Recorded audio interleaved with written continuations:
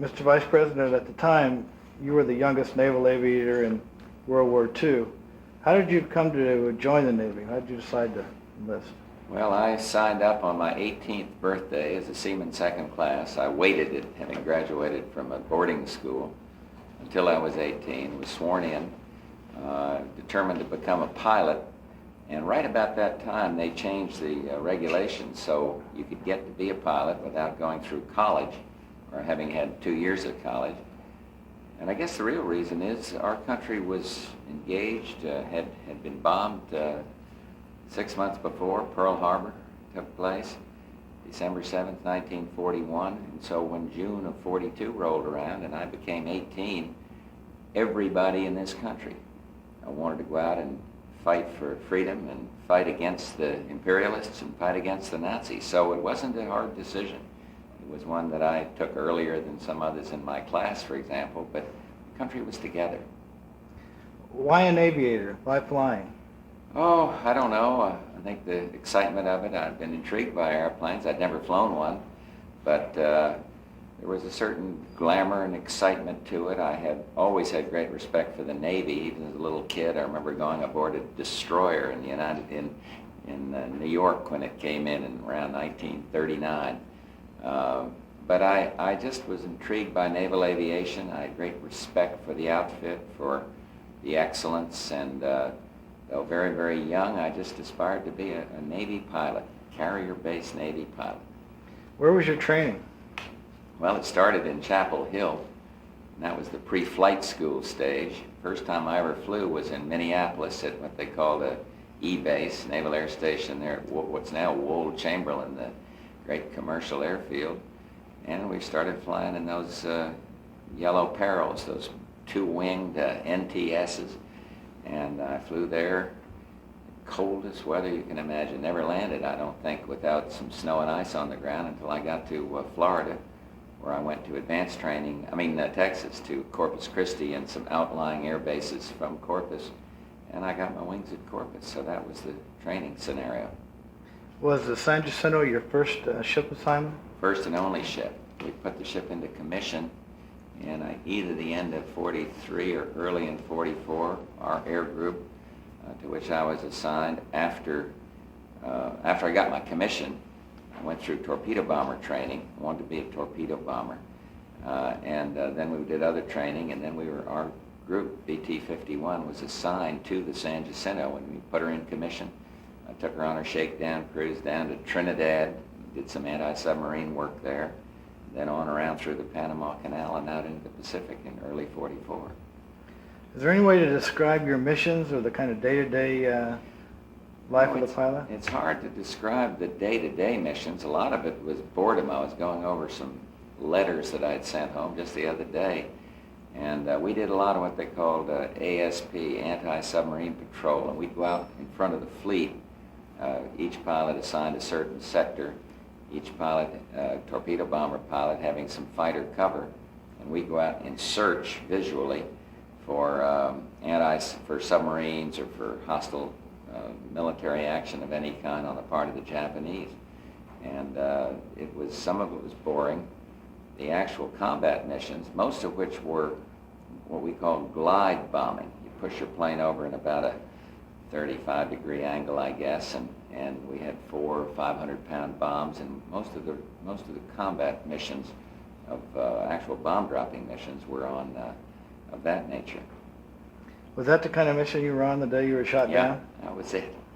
My target was a radio station on Chichi-jima, near the island of Ha-Ha-jima. I'm sure everybody's heard of that, and also Iwo Jima, which everyone has heard of. And my mission was to take out a radio station. We went up to about 12,000 feet, came in that high, and then pushed over with wingmen and various groups following down and preceding us. And the air was full of this very, very black and ominous puffs that seemed almost surrealistic. I'd been shot at before, but never anything quite this intense, and I'll never forget it. You couldn't hear it, but you could almost feel the puffs of black smoke around you from anti-aircraft coming up from the ground. What about when you went down in the water? What was that sensation like? That was a few minutes late, a few minutes later. And I was hit about halfway down a run, and the plane was on fire, cockpit filled up with smoke. I had 2 men in the back of the plane, and I continued the bombing run just to release my bombs over the target. This was all split-second stuff. We were going not fast by today's standards, but red line by old standards, and released the bombs, pulled out to sea, and then I saw that my airplane was simply not flyable. The wings on a torpedo bomber fold, and the gas tanks are on either side of the wings, and there was fire right along where the fold of the wings were, which made me think that any minute the wing tanks would blow. I couldn't hardly see the instruments because the smoke filled the compartment so high, and I did some emergency procedures so the people in the back of the plane could get out, one of whom did, and regrettably one of whom didn't. The one who did was killed incidentally on the way down, and made the radio calls to our skipper, and then I bailed out myself. Hit my head on the tail of the airplane for pulling my own ripcord too early, and landed in the Pacific and fairly close to the Japanese-held island, and broke the record for the 100-yard swimming dash to find my life raft and paddle out to sea. And today, 40-some years later, it doesn't seem like it all happened, and yet it, in a sense, it's been a very, very internal and important part of my life. The saddest part, of course, being the loss of 2 crewmen that were depending on me for their lives. When you were in the water, what was the hope that went through your mind, or did you look for ships or something? Well, I knew that night the Halsey's 5th Fleet was going to Mitcher's 5th Fleet was going to turn into Halsey's 3rd Fleet. We had been briefed on the fact that this was the last day our carrier was going to be in the northern Pacific waters, and that we were then to set sail for general area of the Philippines. And so I knew that somebody better pick me up that day, or I would be picked up by the Japanese. And indeed, they did send a boat out, which was strafed. But I had hoped that I would be picked up because they had rescue submarines stationed as often as possible when we made raids like this. And I knew there was a submarine on patrol. In fact, we had a special code to call if we got in distress, which I did, and then I understand when I got back to my ship that the commanding officer of our squadron did the same thing, called the submarine, but the trouble is they never knew whether the submarine got the message. So I must say I was apprehensive. I didn't know what was going to happen for a couple of hours, and then out of the sea came a periscope and then a submarine, and thank God it turned out to be ours. Had you ever been on a submarine before? Well, been on the deck of one, but I'd never been on a patrol. We stayed on this thing it was a USS Finback. And I stayed on Finback for 30 days to get some air. We went topside and stood watch at night, some of the most majestic nights I've ever seen in my life. The stars so bright you could touch them, and flying fish, and a lot of time to think about what I'd been through and think about life, faith, and all that kind of thing.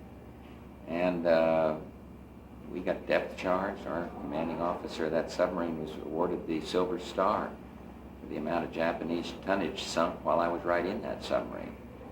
So it was more terrifying than flying. Submariners didn't think so, but we 3 pilots that were picked up did. How long were you on a sub? About 30 days. 30 days. And they didn't have any extra beds, so one guy would climb out of a bed and I'd climb in. A little dank in there, I might add, too. The air conditioning wasn't too good. And you could take a shower once a week, and even then some guy'd be standing there with a stopwatch saying you didn't use up more than 20 seconds worth of water. Where did you go after that in terms of your naval career? Well, the submarine took me back to, I think it was Midway. And then I got off and flew some a Navy air transport plane, just hitched a ride down to Pearl Harbor. Had some rest time there, and then hitchhiked on back out to the fleet, which is thousands of miles away, and by that time out in the Philippines. And the last air strike I flew was over the Philippine Islands, over Manila, And then we were relieved and came back in time for Christmas '44, joined another squadron, had our orders to go out overseas again, DT-153, and the war ended. And meantime, I'd been married, so I was just thrilled about all that. Then you were an instructor? No, I was just normal torpedo bomber pilot, training up new guys that hadn't been in combat, and flying my missions and doing our gunnery and doing our bombing runs and all of that, same kind of airplane.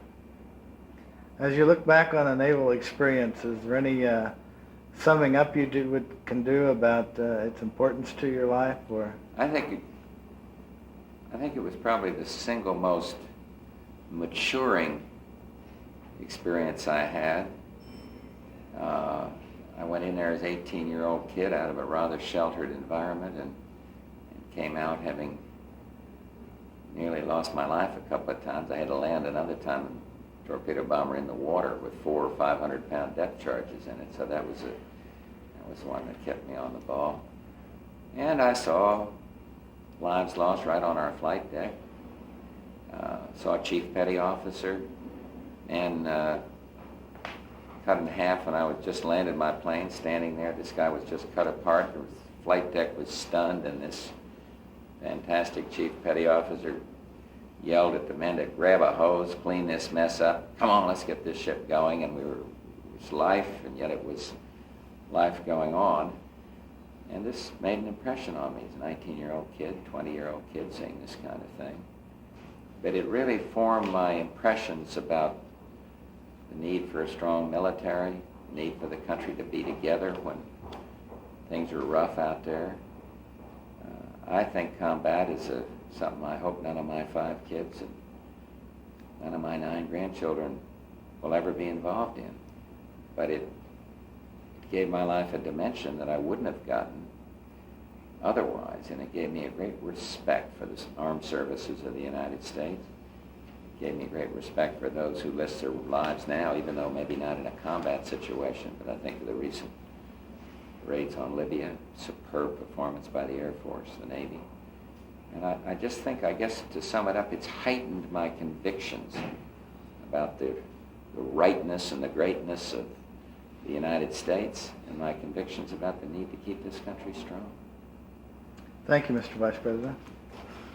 Excuse me. Could you ask him just to talk a little bit about the aircraft itself? Okay. I'd like to ask a couple questions about the Avenger. Yeah. What was it like flying that? Well, I liked it because it was stable. It was then the biggest single-engine plane, I believe, in either the Air Force or the Navy. The Army Air Corps, or the Navy as it then called.